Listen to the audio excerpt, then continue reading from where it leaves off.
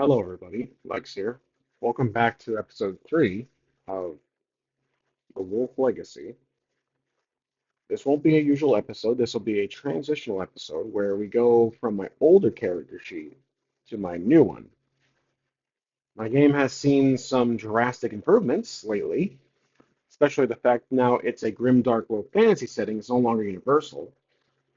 Kind of torn on pursuing that today, and I decided to go with it. So, in this episode, we will transition the character from the old sheet to the new one.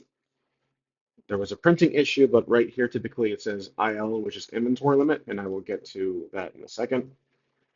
Basically, we still have the 5 cores, so let's fill in the details here regarding our character Wolf, just to start. So we have Wolf here, he's 32 years old, he's male, he's a human, appearance is Carl Urban from Dread, specifically Dread 3D, just just to verify. Class, he's a fighter. Backstory, lives in Brighton, and then works for Lord Thorant. There we go. And then his gold piece count was at 171. So I moved that over, took away the dollar sign. Now it just has the GP there. He has currently 6 energy points. XP is at 4 based on the recent 2 episodes. His hardy is his focus, which is the circle here over the ability itself. He has 3d6 on the core, so we'll fill those boxes in. His agility is 2.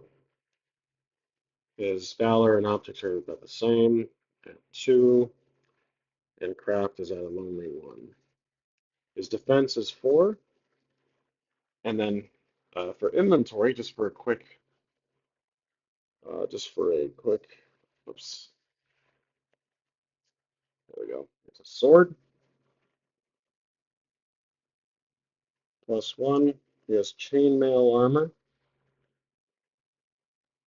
+1. Rations, we're down to actually just 1 right now. He has a torch. He has daggers, 2 of those.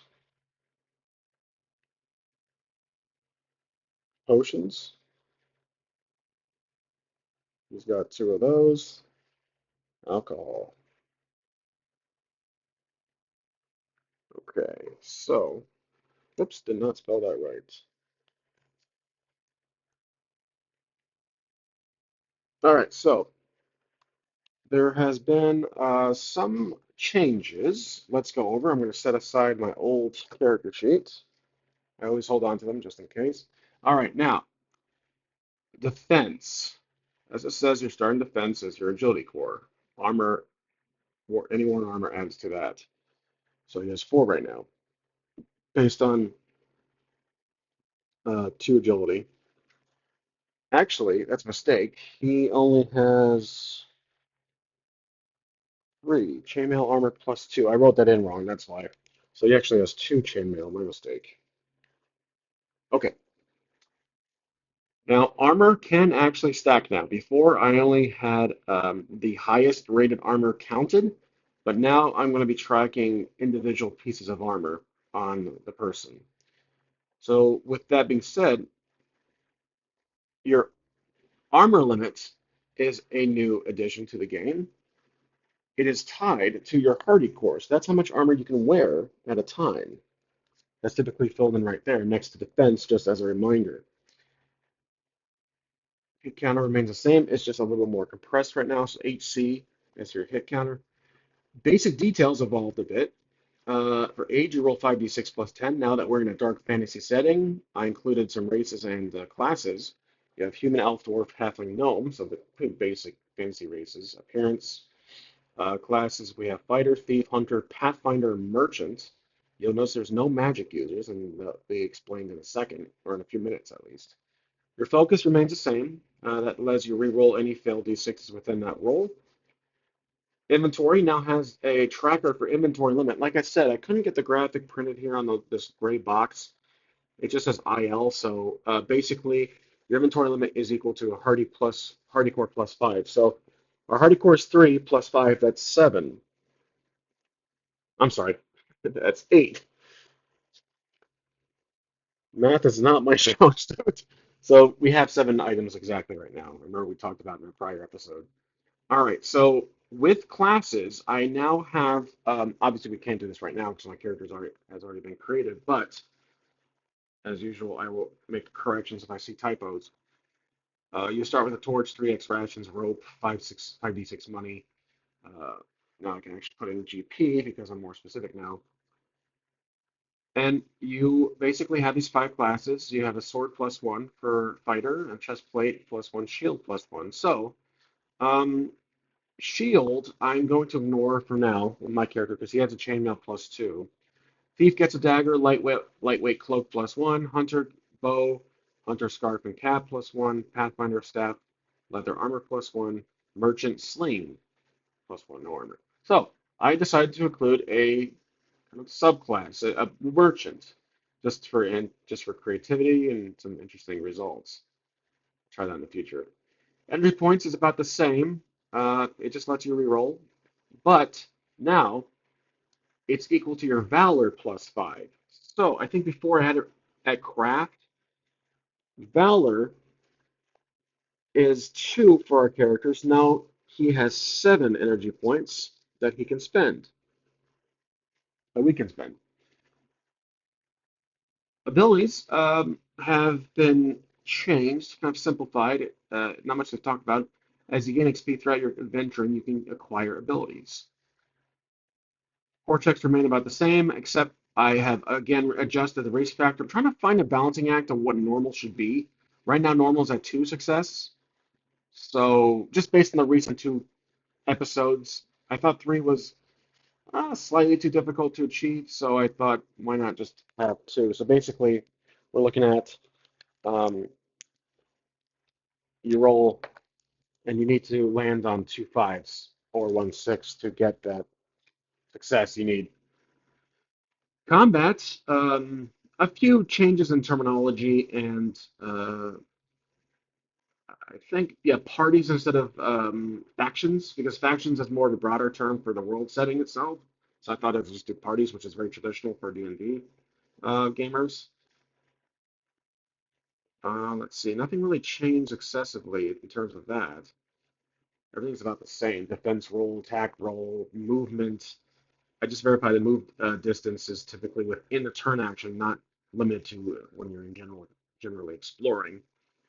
Healing, it's about the same. I don't think I've been making much changes. I could be wrong, but I don't see anything huge. Magic. So magic has changed because now I'm focused on one setting. Let's go through this together.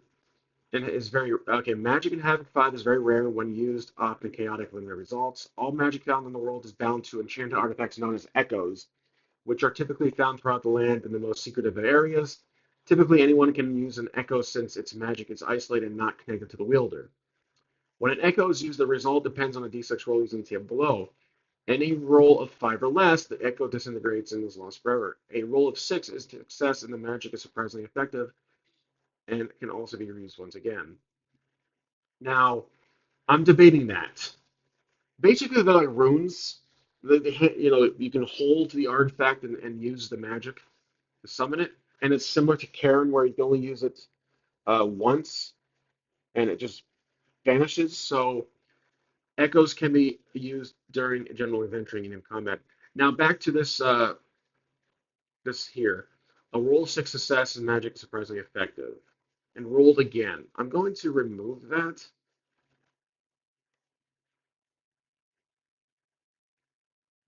And let's see, the echo. Yes, so let me pause the video for a second. There we go. So The result depends on the d6 roll using the table below. After single use, the echo disintegrates and is lost forever. Echoes can be used during general adventure and in combat. So here's the little table I mentioned. A roll of 1 backfires to take 1 hit, 2 to 5 partial success, 6 success. It's entirely random. It's not bound to the wielder of who's using it. It's strictly on the circumstances of the actual item. So how well was the echo imbued with enchanted with magic? It depends on who created it. So that obviously it's just the chaos of Havoc. Now, energy points is strictly used for rerolls. It's not tied to abilities, and we'll get to that again in the very last portion of this video. Energy points can be used to reroll any and all failed d6 rolls within a set core roll. This gives you a chance to try again, only during the specific moment. You must have sufficient points when doing so, and points are replenished at the start of each session, which was the same before. Weapons and armor about the same. I believe I just mentioned in armor, you can now, multiple pieces of armor can be worn, each adding a d6 to your defense. I should say each piece adding a d6 to your defense. So again, now it's not just what the highest, not just the considered the highest rated, but everything is considered. Now enemies, just kind of fixed up the appearance of the text here. Also about enemies' defenses tied to the agility roll. Not much has changed. I just verified that I clarified here. Enemies dealing with suffer incapacitation. That hasn't changed. Upgrading. So this is the biggest change here, or I should say the other big enhancement compared to abilities, and that is when you upgrade your core. It was tough for me to track, but basically, when you upgrade Hardy, that improves um, your armor limit and your inventory limit. Agility improves your defense, and then Valor now is the one that improves EP limit, your energy points. Okay, so now there's 5 abilities that can be used. These are universal for any class. They're very basic. They cost 10 experience points to uh, buy one. And you can only have at most 5, so you write them in right here in abilities. There's second wind, instantly survive incapacitation on your 5th hit and heal 1 hit. This represents a surge in willpower only once per combat. I'm debating if it's once per session, once per combat. I think it's probably going to be more suitable for once per session. Counter Strike, when an enemy misses you in melee, you may make a single retaliatory. I think all of these are going to be once per session because they're not OP, but they definitely are lifesavers at times. Okay, so I just verified here abilities can only be used once per session, and I will underline that so the reader sees it. Okay, so we have second wind. We have counter strike. When an enemy misses you in melee, you may make a single retaliatory attack roll. Quick hands allow you to automatically succeed on one ability core roll when trying to pick a lock, steal, or do anything stealthy with your hands.